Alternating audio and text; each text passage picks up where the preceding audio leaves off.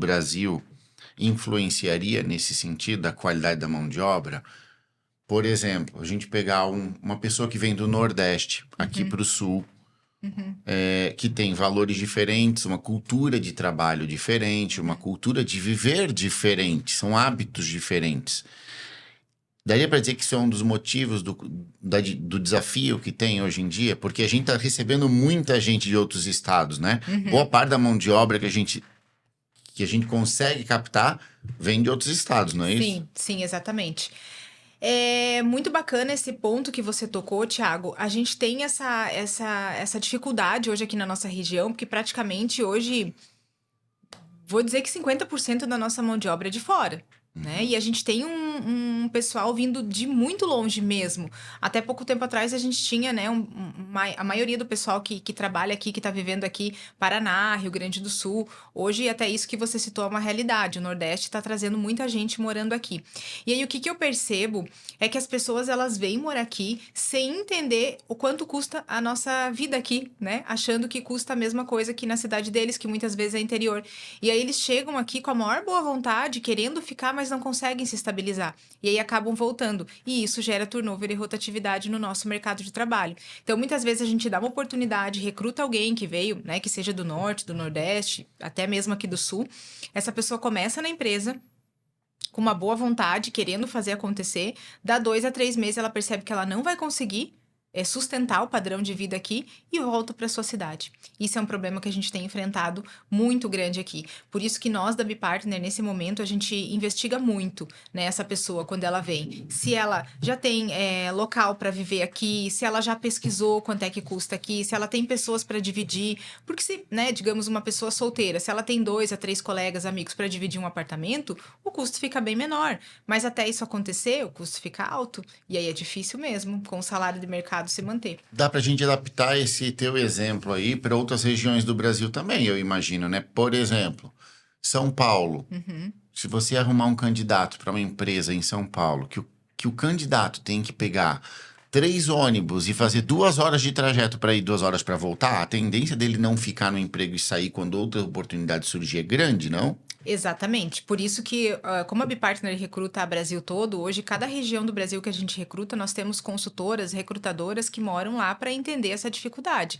Hoje eu tenho um escritório em São Paulo, tem a Stephanie, que é a nossa consultora, que está lá, e ela entende toda essa logística de bairros, dificuldades, ônibus, quantos pega, metrô, quanto custa, né? Se isso é viável, se isso é inviável. Que às vezes a gente olha uma rota no Google, aparentemente ali parece 40 minutos. Só que não, muitas vezes o empregador, o empregado, ele tem que pegar 2 a 3 condições, troca, né? Então, é uma dificuldade real mesmo isso, em todas as regiões do Brasil. Hoje, a questão deslocamento é um ponto, seja em qualquer lugar do Brasil mesmo, assim, o trabalhador, ele não... A gente acaba olhando muito, assim, passou de 1 hora de distância da casa dele para o local de trabalho, já começa a ficar complicado. Ô, Tati, a gente vê muitas empresas ser a própria empresa quem faz o recrutamento e seleção. De forma bem simplória, coloca um cartaz lá dizendo, temos vagas, estamos contratando. E a maior parte dos empresários não vai se atentar para fazer essa análise da proximidade de onde a pessoa mora, se ela vai conseguir se sustentar nesse novo local de moradia. Então, ele vai acabar contratando, vai dar errado, e ele nem se ligou desse detalhe. Quais são os outros pontos que você observa que podem fazer um bom candidato não continuar na vaga? Perfeito, Thiago. Grande parte dos nossos clientes, eles chegam até a Bipartner já tendo recrutado sozinho e deu errado. Né? Normalmente eles chegam até nós pedindo ajuda porque já tentaram, não conseguiram por N motivos. Um dos motivos que não dá certo é esse que você citou.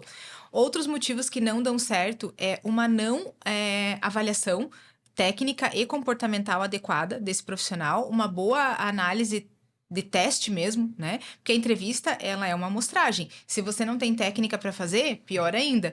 Então, avaliar ele através de ferramentas comportamentais, né? Como o DISC, que a gente utiliza hoje no processo de seleção. A gente utiliza vários outros testes também. A gente utiliza testes psicológicos, dependendo da vaga. A gente está num processo seletivo hoje em Florianópolis para uma empresa aplicando IFP, que são testes psicológicos mesmo, né?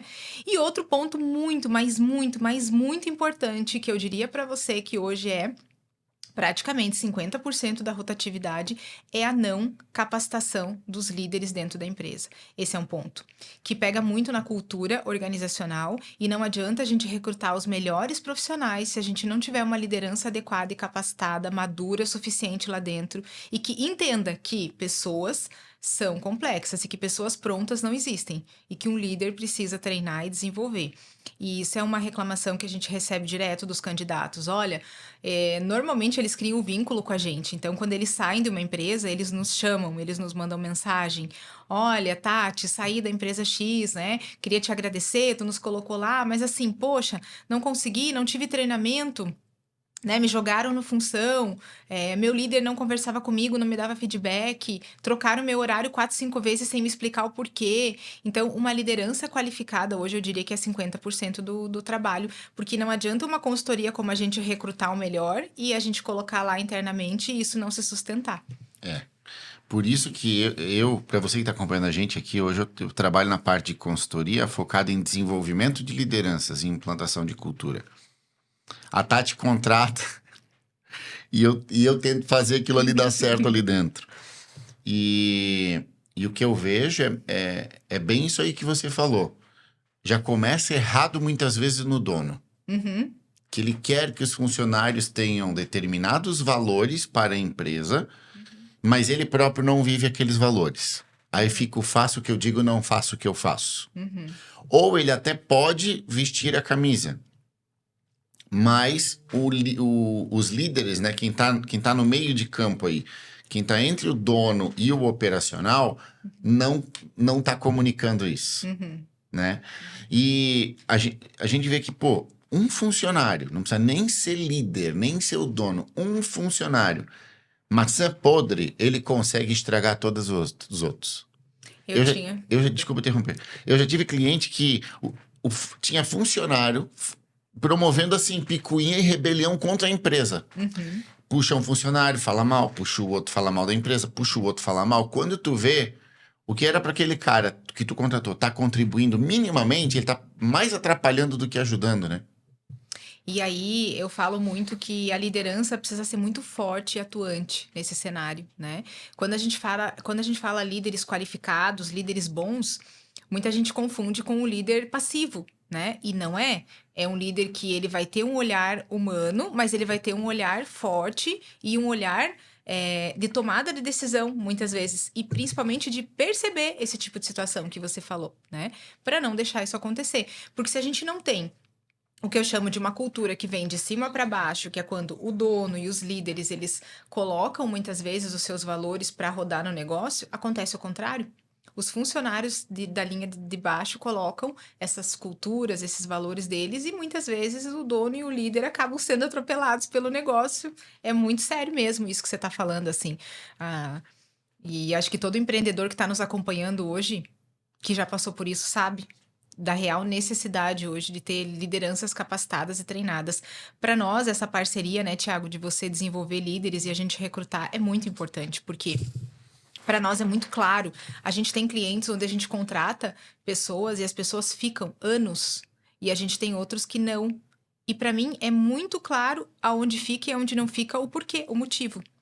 É a cultura da empresa, é o clima organizacional, é a gestão capacitada, é o dono, o empreendedor que se capacita, que busca olhar para si, que busca o seu autodesenvolvimento. Sem isso, não adianta. Eu tive um case de uma empresa que, implantando cultura, a gente implantou cultura. Isso demora, você sabe, Sim. né? Não é do dia para a noite. Principalmente se a cultura já é existente é muito diferente daquela que é desejada pelo dono da empresa. Que aí o movimento é maior. E foi um caso assim que aconteceu com um cliente meu. Levamos uns 6 meses para mudar a cultura. a visão dos funcionários e o posicionamento deles. E é uma empresa do segmento da construção civil, então a gente sabe que o grau de instrução, de escolaridade dessa mão de obra é menor. Acaba sendo um pouco mais bruto, né? E foi um desafio fazer os funcionários verem valor nos cuidados que a empresa tinha com eles, além do salário. Basicamente, eles ganhavam funcionários e perdiam funcionários por troco de bala. Ou eles tinham que oferecer um pouquinho a mais do que o cara ganhava no concorrente, ou o concorrente oferecia um pouco a mais. E isso era suficiente para um funcionário sair de uma empresa. E o que a gente começou a ver ali, depois começou a implantar a cultura, o funcionário, ele hoje entende o valor desses cuidados que ele recebe dentro da empresa. Hoje ele se sente parte da empresa, ele se sente situado, porque a cultura comunica correto, e ele não troca. Não só ele não troca, como das outras empresas vêm perguntar para ele como é que faz para entrar. Eu falo que, bom,